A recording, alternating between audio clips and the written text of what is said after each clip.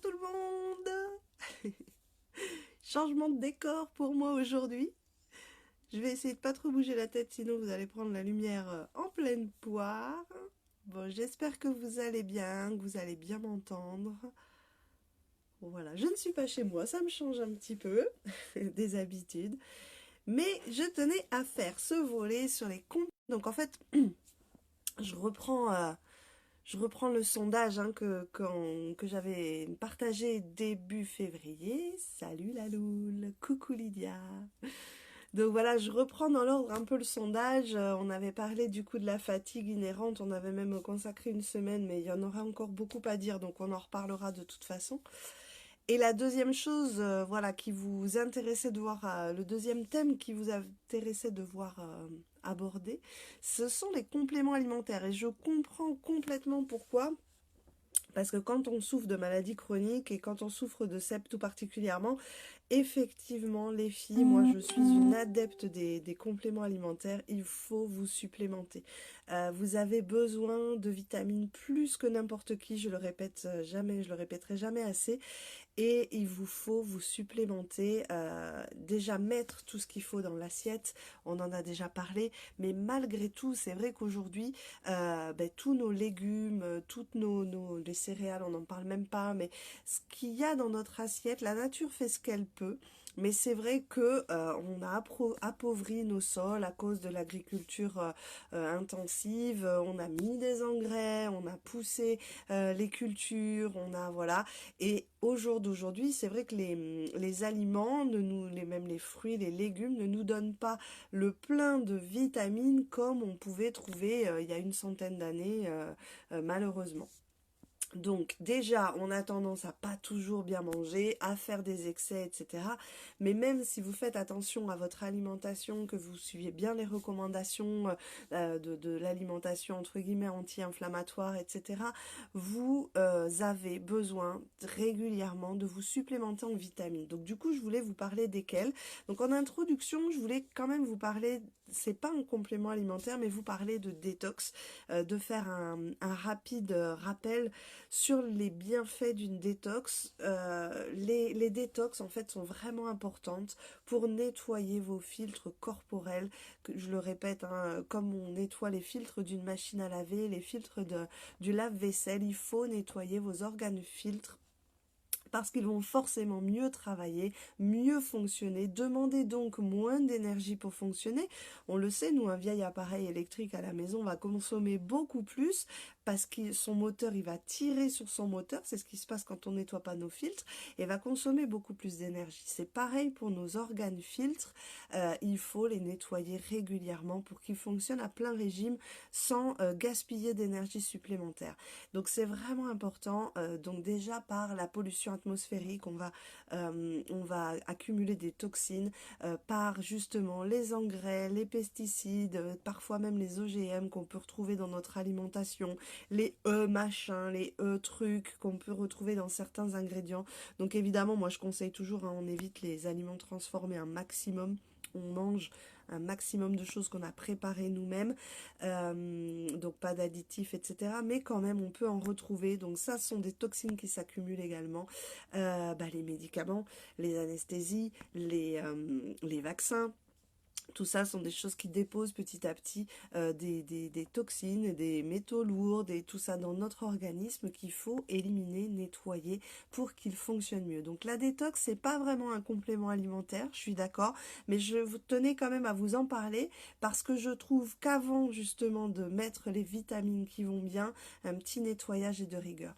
Si vous faites une détox d'ailleurs, effectivement ça élimine les toxines, mais ça peut aussi vous enlever quelques vitamines, etc. Donc c'est important après une détox, effectivement, c'est le meilleur moment pour vous faire une petite cure de vitamines. Alors, quelles vitamines? Je vais pas évidemment pouvoir parler de toutes, mais on va parler des principales que vous allez croiser si vous googlisez, si vous tapez sclérose en plaques et compléments alimentaires ou sclérose en plaques et vitamines, de quoi on a besoin. La toute première, ça va être, vous allez tomber sur la vitamine D, évidemment. La vitamine D, donc pour rappel, c'est une... alors, c'est pas une vraie vitamine, en fait, c'est une hormone qui fonctionne comme une vitamine, donc on l'appelle vitamine, mais la vitamine D est produite, synthétisée par le corps sous l'effet en fait des UVB sur notre peau. Notre peau va synthétiser et va créer la vitamine D.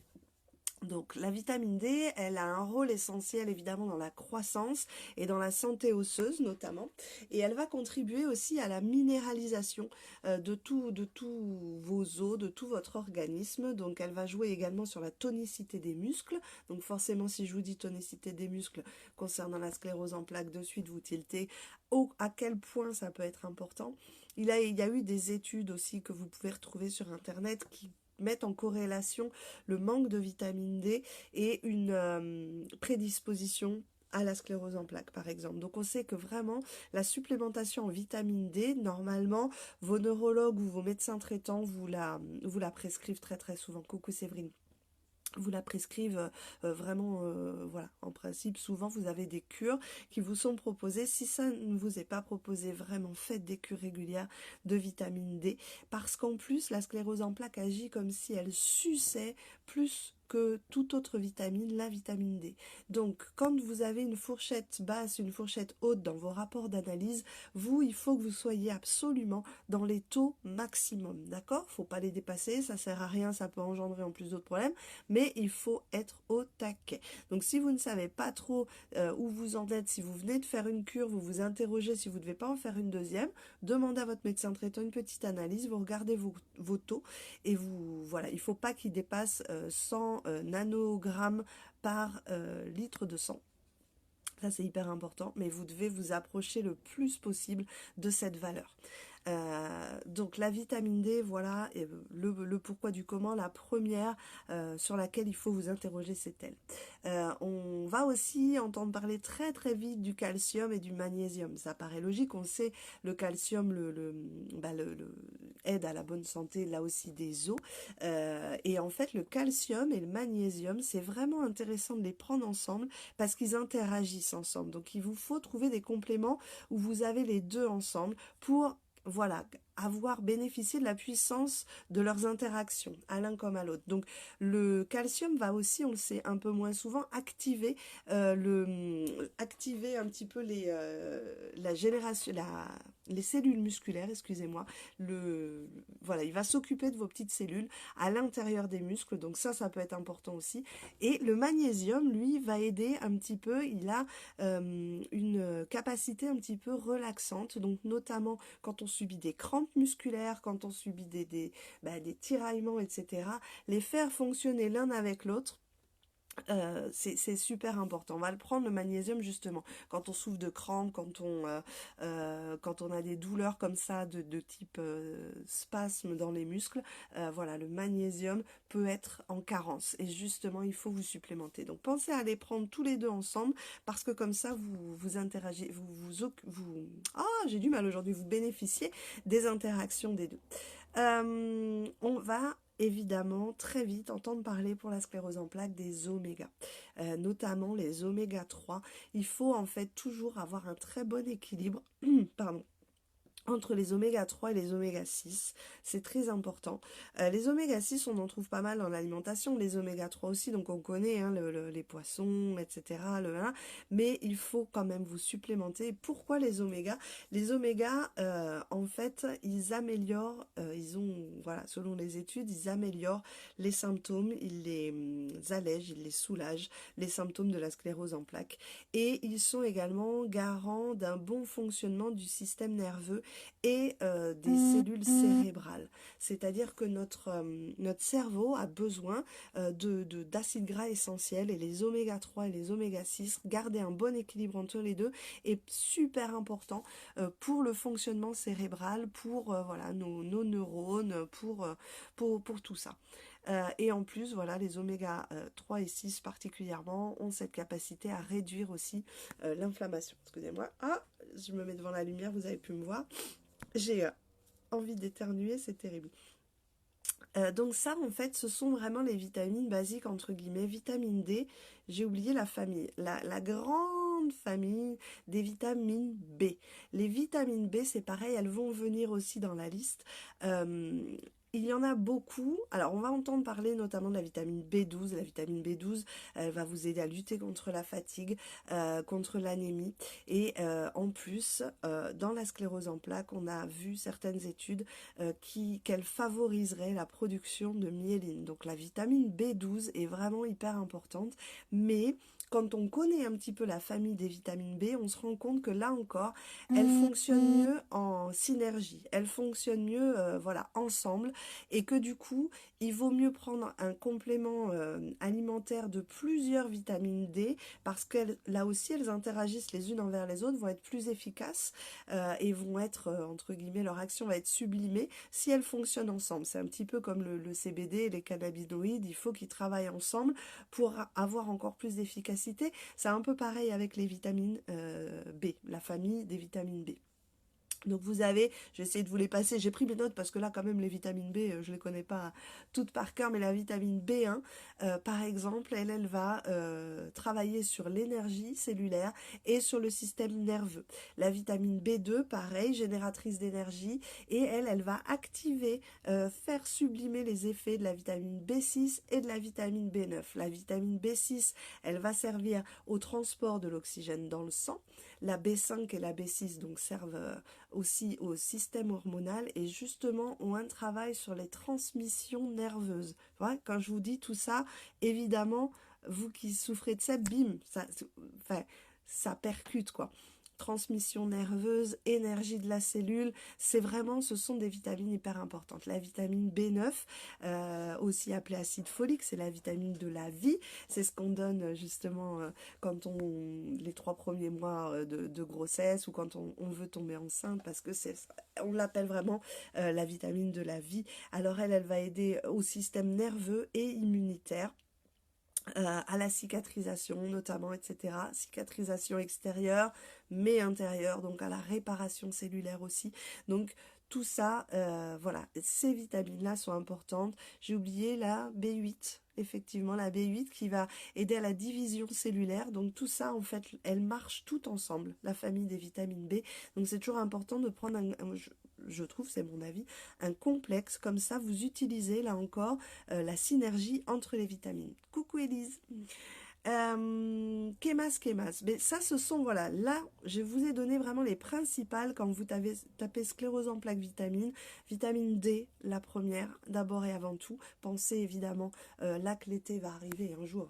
On est en février, je pense déjà à l'été, mais essayez d'aller chercher cette vitamine D en plus de votre alimentation dans la supplémentation, mais également d'aller dehors, d'aller chercher cette vitamine D, chercher à la synthétiser par vous-même.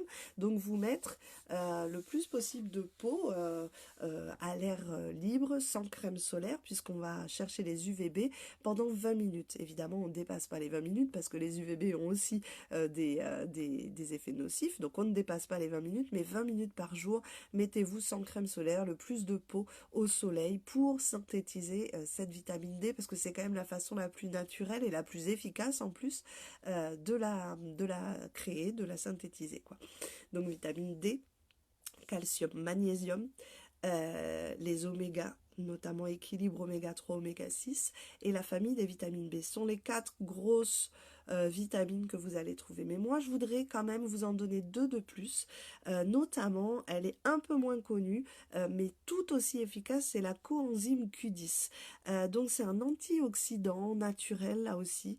Mais elle, en fait, elle va vraiment aller apporter de l'énergie au cœur de vos mitochondries. Les mitochondries, pour rappel, ce sont les petits moteurs qui sont à l'intérieur des cellules, qui sont responsables justement de la dose d'énergie envoyée dans chaque cellule, de la vie, de la mort, de la division des cellules, enfin de tout votre... en fait, c'est les chefs d'orchestre de tout votre organisme, donc c'est hyper important. Et la coenzyme Q10, il faut savoir que on en fabrique tout au long de la vie, mais à partir de 35-40 ans, on en fabrique beaucoup moins. Quand on subit une maladie chronique, on en fabrique aussi beaucoup moins. Donc, excusez-moi mesdames, mais si vous cumulez les deux, et la maladie chronique et plus de 40 ans, il faut vous supplémenter en coenzyme Q10 parce que c'est votre double peine. Donc elle va vraiment apporter l'énergie au cœur de la mitochondrie et elle régénère la vitamine E qui est dans votre corps. La vitamine E est aussi une des vitamines hyper importantes pour le bon équilibre de votre organisme. Donc voilà, elle va aider au bon fonctionnement cellulaire. Coenzyme Q10, vous pouvez l'entendre aussi, on l'appelle l'ubiquinol.